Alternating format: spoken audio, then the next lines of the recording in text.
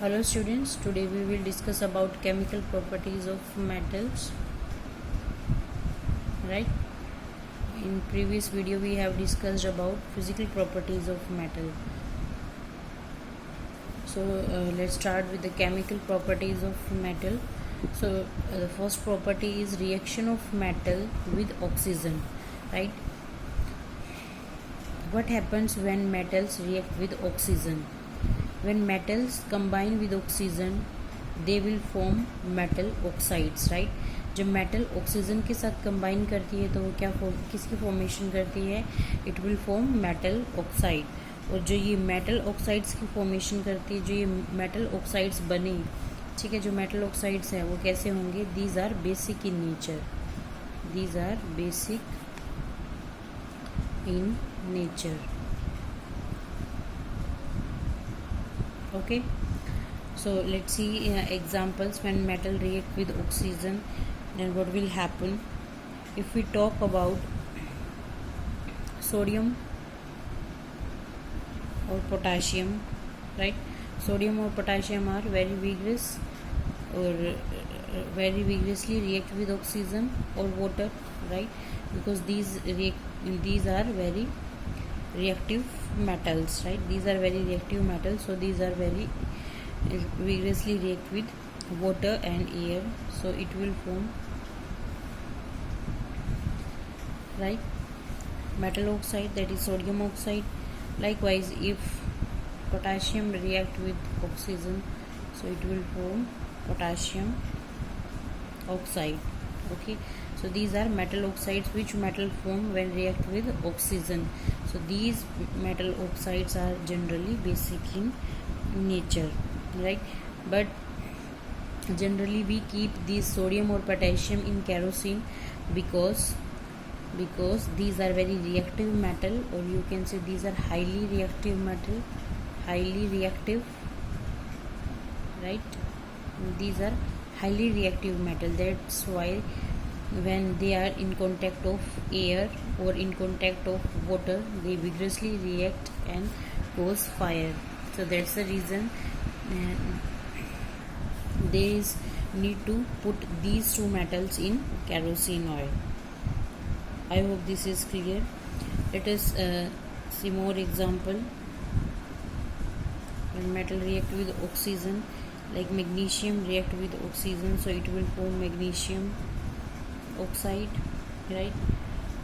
Or aluminium when react with oxygen, so what it will form? It will form aluminium oxide. See, it is not the balance, so aluminium oxide it will form.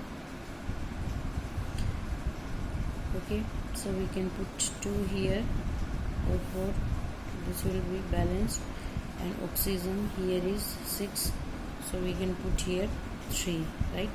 So it is forming aluminium oxide, magnesium oxide. So you can see that these are the metal oxides which are metals form after reacting with oxygen. So this is how metals react with oxygen, so they form metal oxides.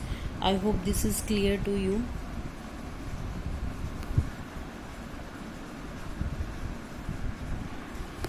So if we discuss, because metals are forming metal oxides, right? When these oxides, likewise when these oxides are dissolved in water, right? These are when further dissolved in water.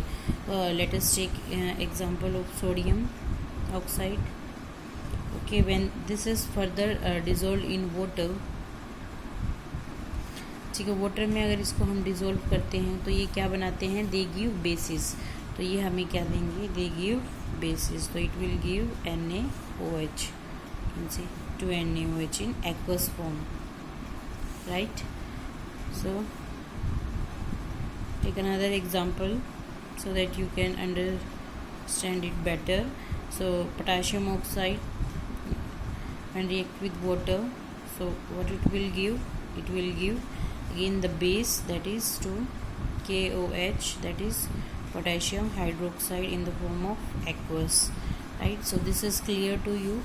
When oxides are dissolve in water, जब ये oxides metal oxides water के अंदर dissolve किए जाते हैं, ये किसकी formation करते हैं, they form base, NaOH is a base, right, KOH is a base. I hope this is clear. Now the next thing is amphoteric oxides. Amphoteric oxides. So what are amphoteric oxides, students?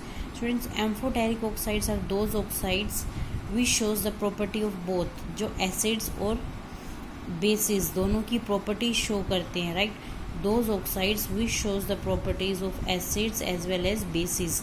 So those oxides are called amphoteric oxides. तो example इस किसके क्या हैं, aluminium oxide और zinc oxide, right. Zinc oxide और aluminium oxide, these are the example of amphoteric oxides. now the second thing is when metals react with water, right? What happens when metals react with water? You see, जो highly reactive metals होते हैं जैसे कि sodium और potassium, वो water के साथ very vigorously react करते हैं, वेरी फास्ट रिएक्ट करते हैं, जैसे हमने पढ़ा था, right. And after reacting with water what the metals form generally, when metals react with water they will form metal oxides and hydrogen, right. Metal water के साथ रिएक्ट करेगा तो मेटल ऑक्साइड और हाइड्रोजन गैस बनाएगा. When further these metal oxides, जब metal oxides दोबारा से water के साथ रिएक्ट करेगा तो वो क्या बनाएंगे, metal hydroxides, right? I hope this is clear. So let us understand with the help of examples. See, according to reactivity series, ठीक है, according to reactivity series, जो सबसे मोस्ट रिएक्टिव मेटल है, ठीक है, और जो लीस्ट रिएक्टिव मेटल है, तो जो उनकी रिएक्टिविटी है वो उसके अकॉर्डिंग ही वाटर के साथ क्या करती हैं, रिएक्ट करती हैं, राइट, रिएक्टिविटी के अकॉर्डिंग. तो जो पोटाशियम और सोडियम है, these are highly reactive metal, इतनी ज़्यादा रिएक्टिव मेटल हैं कि वो कोल्ड वाटर के साथ भी क्या कर सकती हैं, रिएक्ट कर सकती हैं. They can even react with cold water, इतनी ज़्यादा रिएक्टिव मेटल है सोडियम और पोटाशियम, राइट. तो when potassium react with water, so it will give potassium hydroxide, as we discussed they will give metal hydroxide, right. तो potassium जब water के साथ react करेगी तो वो क्या देगी, पोटेशियम हाइड्रोक्साइड और हाइड्रोजन गैस, और उसमें से क्या निकलेगा, लार्ज अमाउंट ऑफ हीट निकलेगी, बहुत ज़्यादा. इसी तरह से जब सोडियम रिएक्ट करेगा वाटर के साथ, it will give sodium hydroxide और hydrogen gas and heat. So you know it very well because these metals are highly reactive.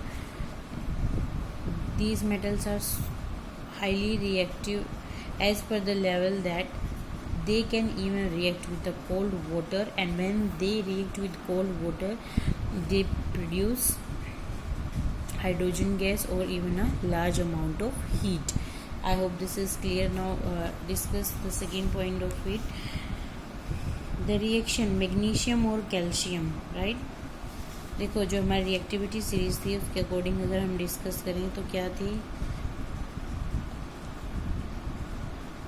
Kedarnath का माली आलू ज़रा फीके पकाता है, ठीक है, लाइकवाइज थी, ठीक है. केदारनाथ जो हमने रिएक्टिविटी सीरीज़ की थी, ठीक है, इसके लिए हमने एक फॉर्मूला बनाया था.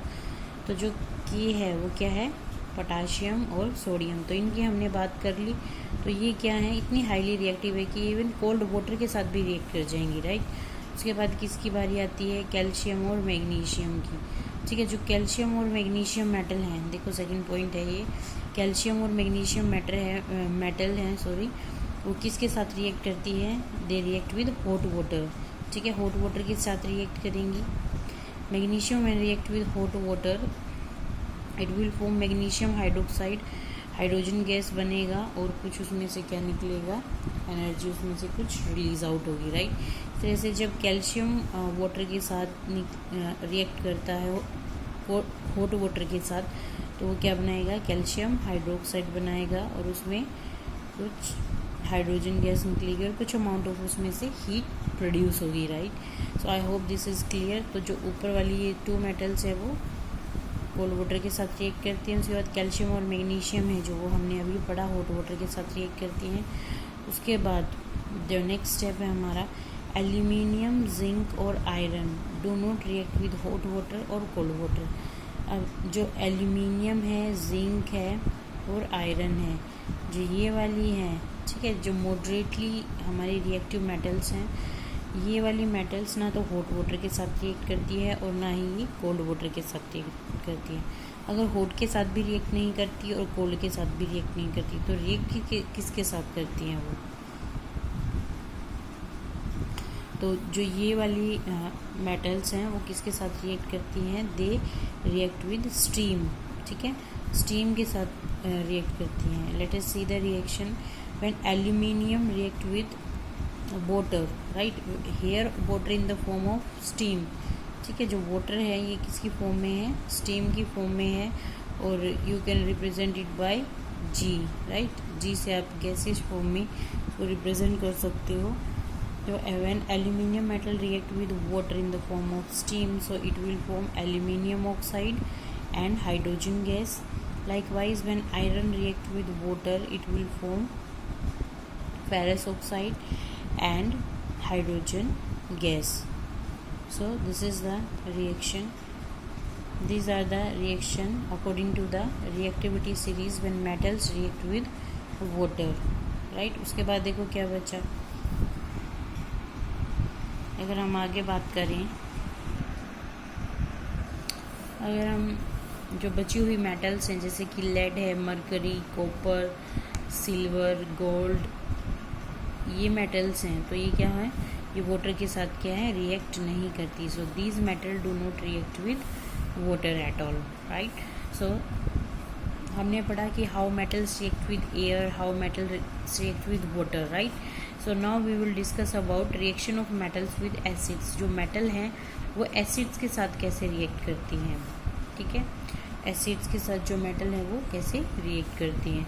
तो यहाँ पे जब एक मेटल डाइल्यूट एसिड के साथ जब रिएक्ट करती है तो किसकी फॉर्मेशन होती है? There is a formation of salt and hydrogen gas. This reaction we have already discussed in chapter number 1, chemical reaction in chemical equations जो चैप्टर है उसमें हमने ये रिएक्शन ऑलरेडी डिस्कस कर रखी है। तो जो कॉपर है, ठीक है,